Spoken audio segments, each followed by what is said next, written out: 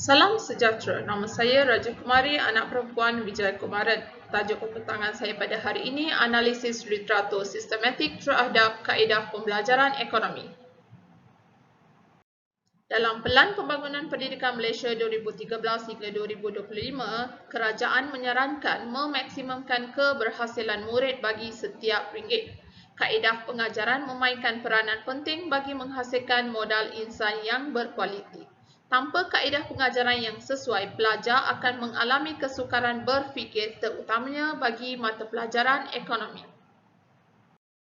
Latar belakang terbentuknya kajian ini, pembelajaran yang berlaku seharusnya merupakan persediaan kepada pelajar untuk menghadapi dunia sebenar dan tidak bertujuan untuk lulus peperiksaan semata-mata. Keberhasilan kualiti murid ekonomi merosot berikutan kaedah pengajaran lebih berfokuskan kepada peperiksaan sepenuhnya.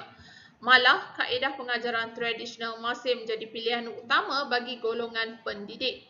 Jika dibandingkan dengan mata pelajaran lain, mata pelajaran ekonomi menunjukkan skala yang lebih besar dalam penggunaan kaedah tradisional.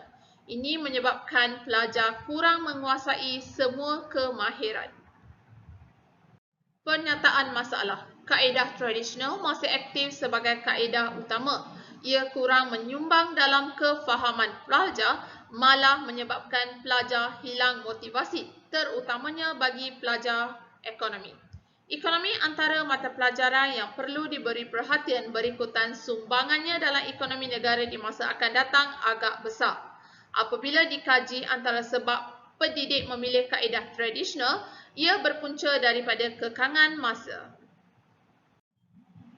Terdapat dua objektif dalam kajian ini, iaitu mengenal pasti kaedah pengajaran bagi mata pelajaran ekonomi di peringkat sekolah dan mengenal pasti motivasi diri pelajar dalam pembelajaran ekonomi. Ia menjawab kepada persoalan kajian, apakah kaedah pengajaran bagi mata pelajaran ekonomi yang sesuai pada abad ke-21? Adakah motivasi pelajar meningkat dengan kaedah mengajar di sekolah bagi mata pelajaran ekonomi? Berikut merupakan kerangka konsep kajian. Kaedah pengajaran ekonomi meningkatkan motivasi pelajar. Berikut merupakan diagram prisma tahap kajian. Terdapat 4 fasa dalam tahap kajian. Pada tahap pertama, kajian yang berpotensi dan memenuhi kriteria dipilih. 287 artikel menjadi pilihan. Pada fasa kedua, 180 artikel menjadi pilihan berikutan tapisan 5 tahun terkini. Pada fasa ketiga, 47 artikel dipilih, kajian yang tidak relevan ditolak.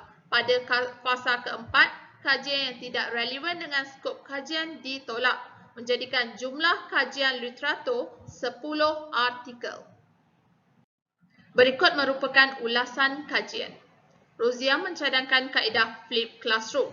Manakala kaedah pengajaran tradisional tidak boleh dihapuskan sepenuhnya, malah boleh ditambah baik lagi, kata Matlui.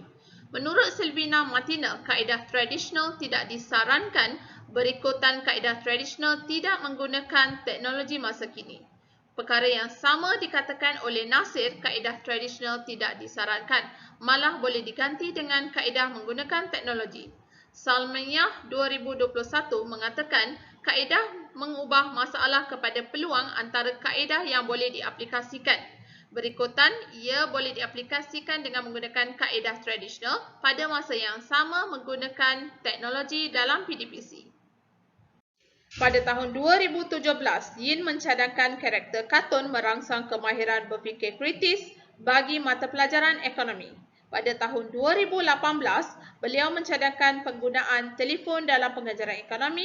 Pada tahun 2019, penggunaan kaedah muzik dalam pengajaran ekonomi. Menurut Ismail 2020, pembelajaran aktif seperti perbincangan, stimulasi, menguji minda meningkatkan pencapaian minat dan motivasi pelajar dalam pembelajaran ekonomi. Menurut Chi Ibrahim dan rakannya, persepsi pelajar dalam penggunaan multimedia dalam pembelajaran abad ke-21 sangat sesuai. Kepentingan kajian.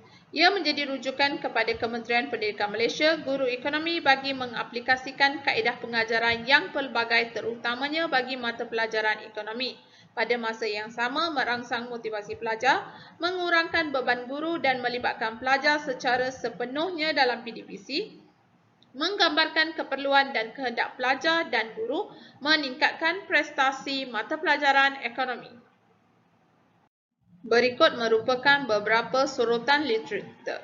Ganesan menyatakan gaya pembelajaran membantu pelajar mengenali potensi mereka dan membantu mengembangkan kemahiran. Teknologi meningkatkan gaya pembelajaran dan menggalakkan sikap pelajar dalam PDPC. Teknologi turut membantu memfokuskan isi penting dalam pembelajaran dengan mudah, menjimatkan kos dan masa. Eldina 2020 menyatakan minat mendorong pelajar untuk terlibat secara aktif. Pelajar ekonomi adalah amanat bagi ekonomi sebuah negara untuk berfikir secara kritis. Sekian, terima kasih.